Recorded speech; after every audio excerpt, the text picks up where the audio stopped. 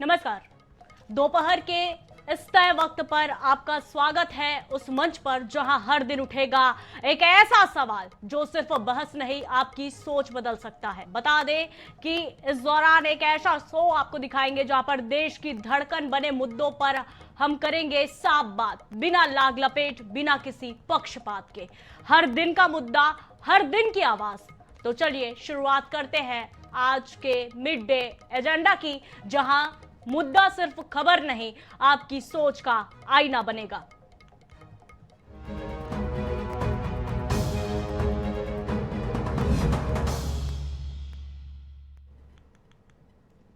तो नमस्कार, बहुत स्वागत आप सभी का NS 24/7 पर। मैं हूं आपके साथ पूजा शर्मा। देश के गांव-गांव में उठ रही है चेतावनी की चिंगारी। बागेश्वर की हुंकार कह रही है, अब नहीं सहेंगे हमारी बेटियों पर बलिहारी। जी, आपने बिल्कुल सही सुना। और वॉल पर आप देख पा रहे होंगे, लक्ष्मी काली मंजूर, बुर्का नामंजूर, सनातन पर हमला, धर्म पर साजिश, और अब खुले मंच से लव जिहाद के खिलाफ ऐलान जंग। जी हां, बागेश्वर धाम के पीठाधीश्वर धीरेन्द्र कृष्ण शास्त्री ने लव जिहाद को लेकर वो बात कह दी जो अब तक मंचों पर दबी जुबान में होती थी। धीरेन्द्र शास्त्री ने लव जिहाद, लैंड जिहाद और थूक जिहाद जैसे शब्दों के साथ बड़ा दावा किया है। उनका कहना है कि कुछ लोग हिंदू बेटियों को लालच और प्रेम के झांसे में फंसाकर उनका जीवन बर्बाद कर रहे हैं। उन्होंने देश की बेटियों से अपील करते हुए कहा, लक्ष्मी बनो, काली बनो, लेकिन बुर्के वाली मत बनो। शास्त्री जी का दावा है कि हजारों बेटियों की बलि ली जा चुकी है और अब वक्त है गांव-गांव जाकर लोगों को जागरूक करने का। उनकी घोषणा है, जब तक शरीर में जान है तब तक ये क्रांति रुकेगी नहीं। तो सवाल ये नहीं कि धीरेन्द्र शास्त्री क्या कह रहे हैं, सवाल ये है कि क्या हमारी बेटियां वाकई सुरक्षित नहीं हैं? क्या लव जिहाद सिर्फ एक शब्द है या समाज के भीतर छिपा हुआ जहर? अब फैसला देश को करना होगा, ये चेतना है या उन्माद। सवाल ये भी है कि क्या इस बयान के जरिए ये कहने की कोशिश की जा रही है कि दूसरे समुदाय की महिलाएं, लड़कियां साहसी नहीं हैं? क्या ये बयान दो समुदायों को आपस में बांटने वाला नहीं है? तो आज सवाल तमाम है और इन्हीं सवालों के जवाब जानने के लिए कुछ गेस्ट भी जुड़ेंगे, लेकिन उससे पहले सुनिए क्या कुछ कह रहे हैं धीरेन्द्र कृष्ण शास्त्री। बहुत जिहाद चल रहे हैं, लव जिहाद, लैंड जिहाद, थूक जिहाद। पहले ये लोभ लालच देकर, प्रेम दिखाकर, झांसा दिखाकर के हिंदुओं की बहन बेटियों को अपने झांसे में लेते हैं, प्रेम जाल में फंसाते हैं। बाद में जब इनके मंसूबे पूरे नहीं होते हैं तो उनको मौत के घाट उतार देते हैं। हजारों बेटियों का सर तन कट गया है और इनका मंसूबा, इनका उद्देश्य ही है सर तन से जुदा करना। गांव जाकर के उनको जगाने के लिए पदयात्रा कर रहे हैं। एक किसी गायक ने कहा था, लक्ष्मी बन तू काली बन, पर कभी न बुर्के वाली बन।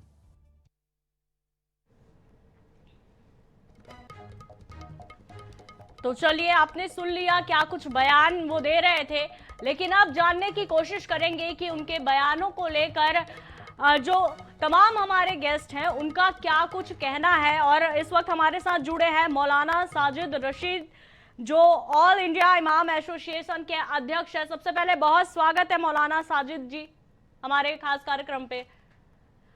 तो सवाल यह है, जो बयान उन्होंने दिया है धीरेन्द्र कृष्ण शास्त्री ने, आपने साफ तौर पर सुना ही होगा। लगातार अगर हम कहें, मध्य प्रदेश इन दिनों लव जिहाद का केंद्र बिंदु बना हुआ है। तमाम तरह के इस तरह से जो है वो केसेस निकल कर सामने आए, और हाल ही में बुरहानपुर की वो घटना जहां पर इस्लाम कबूल नहीं करने पर जान से मार दी गई। तो ये लगातार चर्चा में जो लव जिहाद का ये शब्द बना हुआ है, क्या ये वाकई जिस तरह से घटनाएं यहाँ पर घटित हो रही है, ये इस शब्द को चरितार्थ नहीं कर रहे हैं? आप क्या कहना चाहेंगे? आप मुझसे पूछ रही हैं? जी बिल्कुल मौलाना जी। देखिए, ये जो कहा गया है और बुरखे को जो टारगेट किया गया है, ये गलत है। इनका तो बयान आपको वो भी याद होगा जब इन्होंने खाली प्लाट कहा था कि अगर माथे पे सिंदूर नहीं है तो समझ लो खाली प्लाट है। ये तो कुछ भी बोलते हैं टीआरपी के लिए, अपने आप को कहीं ना कहीं टीवी में लाइमलाइट में आने के लिए। तो सवाल ये है कि अगर आपको लव जिहाद पर चोट करनी है तो उसमें बुर्का क्यों ला रहे हैं आप? बुर्का इस्लामिक मान्यताओं के हिसाब से एक लिबास है, उसको चोट मत कीजिए। दूसरी बात यह है कि सरकार मुझे ये आंकड़ा बताए कि हिंदुस्तान में एजेंसियों ने सरकारी तौर पर कितने केस आपको लिख कर दिए हैं कि साहब ये लव जिहाद के केस हैं। क्योंकि आपको याद होगा कि 2019 में भारतीय जनता पार्टी के ही एक मंत्री ने पार्लियामेंट में खड़े होकर ये कहा था कि एजेंसी की तरफ से हमारे पास ऐसे कोई इनपुट नहीं है कि लव जिहाद जैसी कोई चीज है, ना कोई इस तरह के केसेस हैं। अभी तक सरकार की तरफ से कोई आधिकारिक आंकड़ा नहीं आया लव जिहाद का। ये सिर्फ टीवी तक है या उन लोगों तक है जो अपने आप को टीवी में लाना चाहते हैं। तीसरी बात, लव और जिहाद ये दोनों चीजें इकट्ठी हो ही नहीं सकती, क्योंकि जिहाद ये इस्लामिक नाम है और जिहाद कहते हैं इस्लाम में जो जिहाद का मतलब है वो है उसको कहते हैं डिफेंस। यानी अगर कोई आपके ऊपर हमला करे तो आप उसके डिफेंस में उसको जवाब दो, इसको कहते हैं जिहाद। जिहाद का मतलब किसी को मारना या किसी का गला काटना या इस्लाम के नाम पर सुसाइड बम्बर बन के किसी को हलाक कर देना, ये इस्लाम का जिहाद का मतलब नहीं है। जिहाद का मतलब लोग अन्यथा ले रहे हैं। दूसरी बात, लव का मतलब है मोहब्बत और जिहाद का मतलब है सामने वाले को लाठी से, डंडे से, जो भी आपके हाथ में है, अगर कोई हमला कर रहा है उसको मारना। तो लव और ये जो जिहाद का कॉन्सेप्ट है तो वैसे ही नहीं फिट बैठता। सवाल ये तो है, जो कॉन्सेप्ट आप समझाने की कोशिश कर रहे हैं वो हम समझने की कोशिश करेंगे, लेकिन हमारे साथ स्वामी यतीन्द्र गिरी महाराज जी भी जुड़े हुए हैं, जूना अखाड़ा के महामंडलेश्वर हैं, इनसे भी जान लेते हैं। सुन पा रहे हैं महाराज जी? तो देखिए, लक्ष्मी बनिए काली बनिए, ये कहा गया है धीरेन्द्र कृष्ण शास्त्री जी की ओर से, स्वीकार्य है, क्योंकि हिंदू धर्म में महिलाओं के सशक्तिकरण पर कहीं ना कहीं इसे एक बड़ा उदाहरण के तौर पर देखा जाता है कि जब भी महिलाओं के साथ कोई गलत करे तो आप काली बनकर अपनी सुरक्षा स्वयं कर सकते हैं। कोई गलत नहीं है इस बयान में, लेकिन आगे जो उन्होंने कहा बुर्का वाली मत बनिए, ये थोड़ा स्वीकार करने योग्य नहीं है महाराज जी, क्योंकि ये जवाब भी आपसे ही जानना चाहेंगे। क्या आज तक अगर हम इतिहास उठाकर देखें तो क्या बुर्के वालियों ने हमारे देश को फ्रीडम फाइटर नहीं दिया है? डॉक्टर एपीजे अब्दुल कलाम की बात कर लेते हैं, चलिए ज्यादा दूर नहीं जाते, हाल ही में ऑपरेशन सिंदूर हुआ जिसको कर्नल सोफिया कुरैशी ने लीड किया, वो भी एक मुस्लिम समुदाय से आती है, तो क्या लाजमी नहीं है कि उनकी मां ने भी कभी बुर्का पहना होगा? तो फिर इस तरह से ये बयान बुर्के वाली मत बनिए, आप कहा था कि इस बयान से सहमति जताते हैं, और नहीं जताते हैं तो क्यों नहीं जताते हैं? हेलो जी हाँ, आवाज आ रही है? जी जी महाराज जी। जो धीरेन्द्र शास्त्री जी ने बयान दिया है, इस देश के अंदर बहुत बड़ी एक चिंता ये हो रही है कि भारत को गजवाए हिंद में परिवर्तन करने के लिए जो इस्लामिक ताकतें हैं, इनकी बहुत बड़ी मुहिम है। अभी देखिए छांगुर बाबा का कितना बड़ा नेटवर्क निकल कर आया है, और ऐसे कितने नेटवर्क निकल कर आए हैं जो छल से, बल से और आर्थिक रूप से भी, धन के बल पर भी निरंतर इस्लामीकरण हिंदू लड़कियों का विशेषकर करने का जो एक षड्यंत्र चल रहा है, तो धीरेन्द्र शास्त्री जी ने जो कहा है वो हमारे सनातन हिंदू धर्म की जो बहन बेटियां हैं, ये उनके लिए कहा है कि वो बुर्के वाली ना बने। कोई उन्होंने ऐसा नहीं कहा कि मुसलमान बुर्का पहनना बंद कर दें, तो उन्होंने अपने समाज के लिए कहा, इसमें बुराई क्या है? मुसलमान अपनी बहू बेटियों को कहे, बहन बेटियों को कहे कि बुर्का पहनो, हमें कोई आपत्ति नहीं उससे। लेकिन अगर धीरेन्द्र शास्त्री जी सनातन हिंदू धर्म की बहन बेटियों को ये कहते हैं तो इसमें बुराई क्या है? उन्होंने बिल्कुल ठीक कहा है, उचित कहा है। और आज आवश्यकता है कि सनातन हिंदू धर्म से जुड़े जो परिवार है वो अपनी बहन बेटियों को अपने धर्म की, अपने संस्कारों की शिक्षा दे, और ये जो लव जिहाद के नाम पर इस्लामीकरण चल रहा है, इससे अपनी बहन बेटियों को बचाए। चलिए, यानी कि साफ तौर पर आप ये कहना चाह रहे हैं कि धीरेन्द्र कृष्ण शास्त्री ने जो बयान दिया है वो हिंदू बेटियों के लिए रहा कि अगर आप हिंदू हैं तो हिंदू रहिए, मुस्लिम के साथ शादी ना करिए, बुर्के वाली ना बनिए, ये कहना चाह रहे हैं, ये स्पष्टीकरण। बिल्कुल बिल्कुल ये है। भगवान कृष्ण ने भी गीता में कहा है, स्वधर्मे निधनम श्रेया और धर्मो भयावहा। आदमी को अपने ही जो उसका अपना धर्म है उसी में रहना चाहिए। और हम लोग बचपन में भी जब स्कूल में जाते थे तो जिस देश जाति धर्म में जन्म लिया बलिदान उसी पर हो जाए, ये हम स्कूल में प्रार्थना गाते थे जी। तो उसी को पुष्ट करने के लिए धीरेन्द्र शास्त्री जी और सारे संतों के ये बयान है। चलिए, तो डॉक्टर वाणी आहलूवालिया जी भी हमारे साथ जुड़ी हुई हैं, बीजेपी की प्रवक्ता है। आपने भी सुना ही होगा वाणी जी, जिस तरह से धीरेन्द्र कृष्ण शास्त्री का बयान सामने आया। उन्होंने कहा कि अगर हजारों बेटी की हत्या हो रही है, पदयात्रा निकालेंगे जब तक ये रुक नहीं जाती। तो अगर ये सब बीड़ा भी कथावाचक ही उठाते रहे तो फिर सरकार और कानून व्यवस्था क्या कर रही है?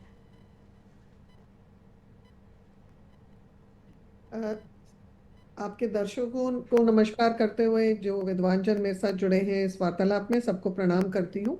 और पूजा जी जी देखिए पूजा जी, जहाँ सरकार का दायित्व होता है वहाँ समाज का भी एक बहुत बड़ी भूमिका समाज अपनी निभाती है। ये समाज का भी कर्तव्य होता है। और ये जो पूरा विवाद है, मुझे लगता है कि ये डेलिबरेटली बुना हुआ विवाद है। धीरेन्द्र शास्त्री जी ने जिस एक सामाजिक जो एक बहुत बड़ी परेशानी है उसके ऊपर टिप्पणी दी है। हम हाल ही में भोपाल में देख चुके हैं मछली, ये जो चाचा भतीजा के जो किस्सा है। इंदौर में भी ऐसा ही कुछ निकला था जिसमें धर्म परिवर्तन के आड़ में और भी बहुत सारे सिंडिकेट के तहत रैकेट थी चलाई जा रही। और धीरेन्द्र शास्त्री जी ने एक चेतना दी है समाज में कि हम जिस संस्कृति के पूजक हैं, जहां हम उस संस्कृति के अनुसार शक्ति की आराधना करते हैं, बेटियों की पूजा करते हैं, हम सनातन धर्म में वासुदेव कुटुंबकम की भावना रखते हैं, यानी कि सबको साथ में लेकर हैं कि हिंदू बेटियों को बहलाकर फुसलाकर उन्हें कोई भी दूसरे धर्म के प्रति अगर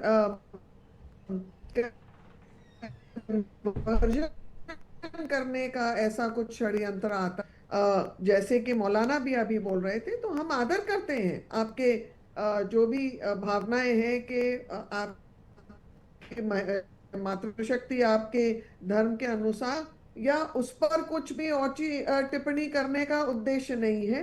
धीरेन्द्र शास्त्री जी केवल और केवल अपने समुदाय, अपने जो उनके अनुयायी हैं, उनके परिवारों तक ये संदेश दे रहे हैं। और मुझे ये लगता है कि समाज में अगर हम जो बेटियां, जो माताएं, जो बहनें बुर्खा पहनती हैं, हम उनका भी सम्मान करते हैं, परंतु मछली जैसे ये जो दो चाचा भतीजे की जोड़ी है, ये किसी भी धर्म का आदर नहीं कर रहे, ये मानवता का निरादर कर रहे हैं। क्योंकि बेटियां किसी भी धर्म की हों, उनके साथ अगर कुछ दुष्कर्म करते हैं, कुछ ऐसे कृत्य करते हैं जो दंडनीय अपराध हैं, तो उसके लिए हम सबको उन्हें दोषी करार देना चाहिए और उनका साथ नहीं देना चाहिए। समाज को सबल करने का ये एक बहुत अहम तरीका होगा।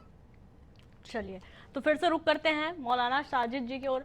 तो मौलाना साहब, आप कॉन्सेप्ट समझा रहे थे लव और जिहाद को लेकर, उस वक्त मैंने आपको रोक दिया था। लव और जिहाद दो अलग अलग शब्द हैं, ये कहना आपका।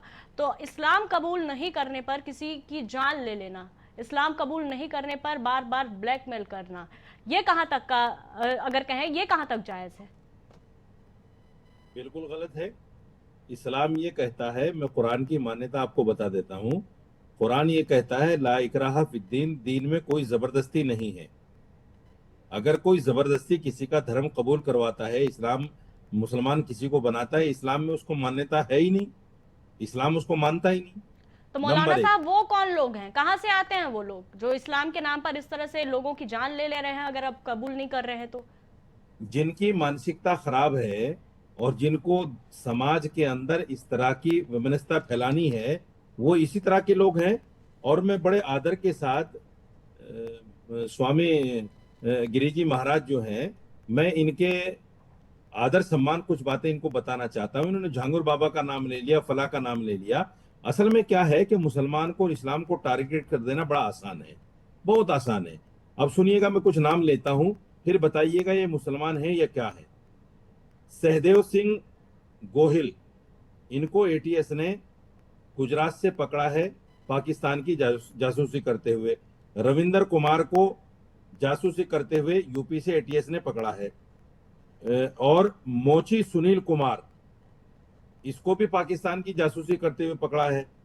फिर कुमार विकास, इसको भी एटीएस ने पाकिस्तान की जासूसी करते हुए पकड़ा है। राम सिंह, इसको भी पाकिस्तान ने गोरखपुर से एटीएस पाकिस्तान की जासूसी करते हुए पकड़ा है। दीपेश गोहिल, इसको भी एटीएस ने गुजरात से जासूसी करते हुए पकड़ा है। परवीन मिश्र, इसको भी एटीएस ने पाकिस्तान की जासूसी करते हुए पकड़ा है। देवेंद्र सिंह, इसको भी पाकिस्तान ने हरियाणा से आईएसआई के लिए जासूसी करते हुए पकड़ा है।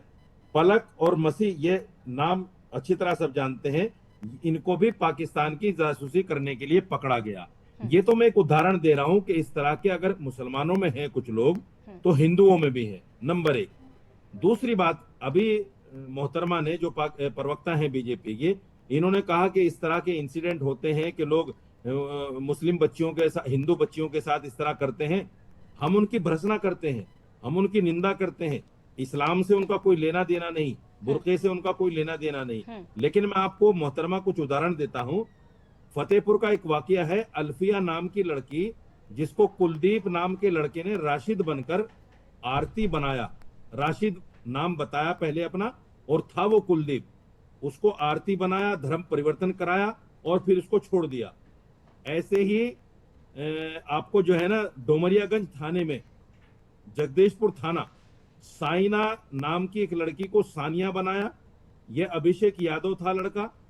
इस अभिषेक यादव ने इस्लाम मुसलमान नाम रखकर, इस्लाम मुसलमानों में नाम रखा जाता है, इस्लाम बनकर इस लड़की को फंसाया।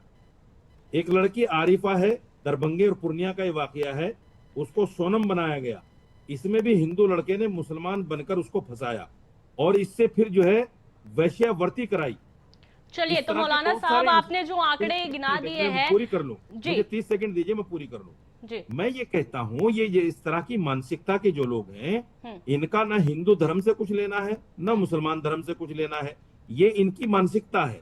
ना तो हिंदू धर्म कहता है कि तुम नाम छुपाकर किसी के साथ जो है गलत काम करो या जबरदस्ती उसको मुसलमान बनाओ, ना इस्लाम धर्म कहता है कि तुम नाम छुपाकर किसी के साथ कुकर्म करो और उसको मुसलमान बनाओ।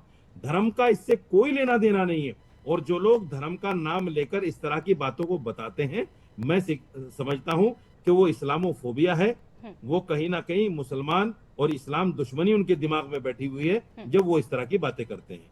चलिए, तो कई नाम गिनाए हैं मौलाना साहब ने। वीना जी, सीधे आपकी ओर रुख करना चाहूंगी, क्योंकि वाकई बहुत सारे आंकड़े इन्होंने भी गिनाए हैं। जवाब तो जानना चाहेंगे, लेकिन सवाल एक ही है कि लगातार ये बात निकलकर सामने आती है कि टारगेट किया जा रहा है।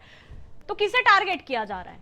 क्या मुस्लिम समुदाय की ओर से हिंदू धर्म को टारगेट किया जा रहा है? क्या हिंदुओं की ओर से मुस्लिमों को टारगेट किया जा रहा है? या फिर टारगेट शब्द लाने वाले जो लोग हैं वो ही आपस में इस तरह से दोनों धर्मों को लड़ाकर बीच की रोटी खाने में जुड़े हुए हैं? आपने मेरे से पूछा है? वाणी जी, आपने मेरे से प्रश्न जी किया वाणी पूजा? जी, पहली बात तो पूजा जी, आपका संबोधन थोड़ा सा गलत है। जी, अगर हम टीवी पे एक सार्थक चर्चा कर रहे हैं तो मुझे लगता है वो समाज के हित में होनी चाहिए। दूसरी चीज, जो भी ऐसे कृत्य करते हैं ये देश के विरोध में है। ये इनकी एक पीड़ित मानसिकता है जी, जिसके लिए इन्हें जो भी दंड मिले वो कम होगा। बिल्कुल, न्याय का जो रास्ता होता है वो बहुत ही सशक्त होता है और हमें उसके अधीन काम करना चाहिए।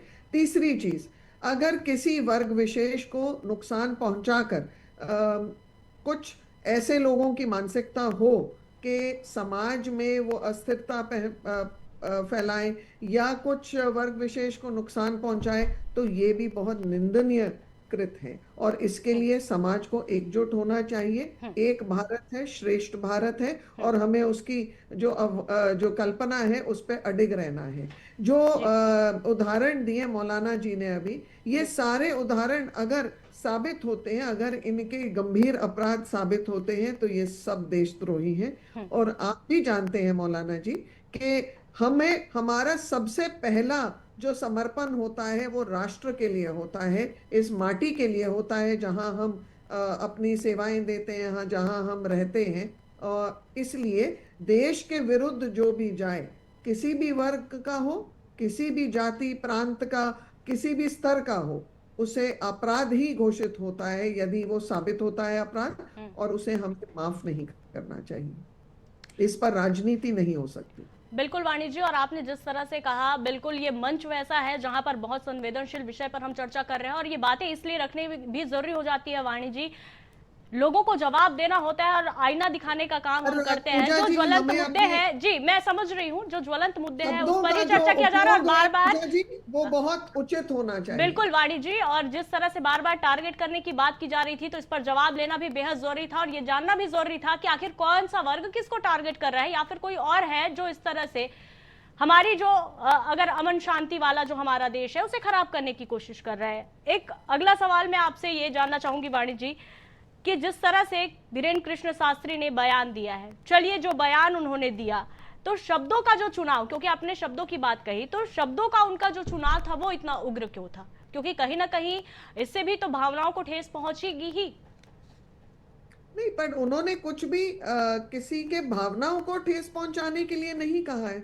उन्होंने तो एक फटकार सनातन के जो धर्म के जो समाज के लोग हैं उनके लिए है ये फटकार कि बेटियों को अपने धर्म के अनुसार अपनी लाइफस्टाइल आगे बढ़ानी चाहिए। उनको और कुछ दाएं बाएं होने की जरूरत नहीं है, पहलावे में आने की जरूरत नहीं है और कहीं भी कोई गलत कृत करने की आवश्यकता नहीं है। उन्होंने संस्कारों के बारे में बोला है कि हमारी शक्ति स्वरूपा जो बेटियां हैं जिनके हम पैर धोते हैं, जब आपको मालूम है जब नवरात्रि आती है तो इन बेटियों की पूजा की जाती है हमारे धर्म के अनुसार। शक्ति एक पूजा का हमारा एक विधि है हमारी जी। तो उसके लिए उन्होंने बेटियों को, परिवारों को सचेत किया है।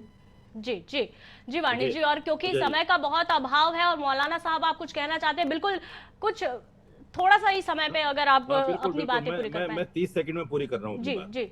वाणी जी ने इससे पहले वक्तव्य में जो बातें कही बड़ी अच्छी कही और मुझे बड़ा अच्छा लगा कि भाई समाज में जो आदमी इस तरह की बातें करता है वो स्वीकार्य नहीं है। लेकिन इन्होंने धीरेन्द्र शास्त्री के बयान को जस्टिफाई करके कहीं ना कहीं फिर उस मानसिकता को दोहरा दिया। बुर्का नाम नहीं आना चाहिए था। आप अपनी बेटियों का समर्थन करो, आप अपनी बेटियों को समझाओ, आप अपने धर्म के लोगों को समझाओ, कोई बुरा नहीं है, संविधान भी कहता है इस चीज को। लेकिन दूसरे धर्म को बुर्का नाम लेकर टारगेट मत करो, ये भी संविधान कहता है। किसी की भावनाओं को ठेस मत पहुंचाओ। वाणी जी, आपको बोल देना चाहिए था कि बुर्के शब्द का इस्तेमाल अच्छा नहीं हुआ। एक सनातनी जो धर्म गुरु है उनके मुंह से, उनके मुंह से मुझे बोलना भी क्या बीच में नहीं बोला, माफ कीजिए, मैं बीच में नहीं बोला। क्षमा करें आप मौलाना जी, पर ये उचित नहीं है और ये शोभा नहीं देता है। अच्छा, मैं आपको टारगेट करूं, आप मुझे करें, ये उचित है? चलिए देखिए, फिर से वही टारगेट वाला शब्द था वाणी जी। अब आप शायद समझ पा रही होंगी कि इस विषय पर मैंने सवाल क्योंकि वाणी जी अब आप समझ पा रही होंगी कि मैंने ये प्रश्न क्यों पूछा था। हालांकि तीखा था, आपने जरूर कहा कि तीखे सवाल हैं, लेकिन देखिए यही शब्द निकल कर सामने आए थे और यही वजह था कि ये सवाल मुझे यहाँ पर रखना पड़ा। तो फिलहाल इस महत्वपूर्ण चर्चा में जुड़ने के लिए, क्योंकि समय का बहुत अभाव है, आप दोनों ने अपना कीमती समय दिया, बहुत बहुत धन्यवाद वाणी जी, बहुत बहुत धन्यवाद मौलाना जी और बहुत बहुत धन्यवाद स्वामी यतीन्द्र गिरी महाराज जी। न प्यार था न विश्वास था, बस धर्म पर एक प्रहार था। बेटियां बहकाई गईं, बहलाकर सताई गईं, अब बागेश्वर की जुबान से आग बरसाई गई। सवाल नफरत का नहीं, हिफाजत का है। सवाल धर्म का नहीं, बेटियों की इज्जत का है। बागेश्वर ने बिगुल फूका है, अब देखने की बारी है, जागेगा समाज या फिर सोती रहेगी हमारी जिम्मेदारी। तो फिलहाल इस चर्चा में इतना ही, मुझे दीजिए इजाजत। ताजा अपडेट्स के लिए बने रहिए NS 24/7 के साथ। नमस्कार।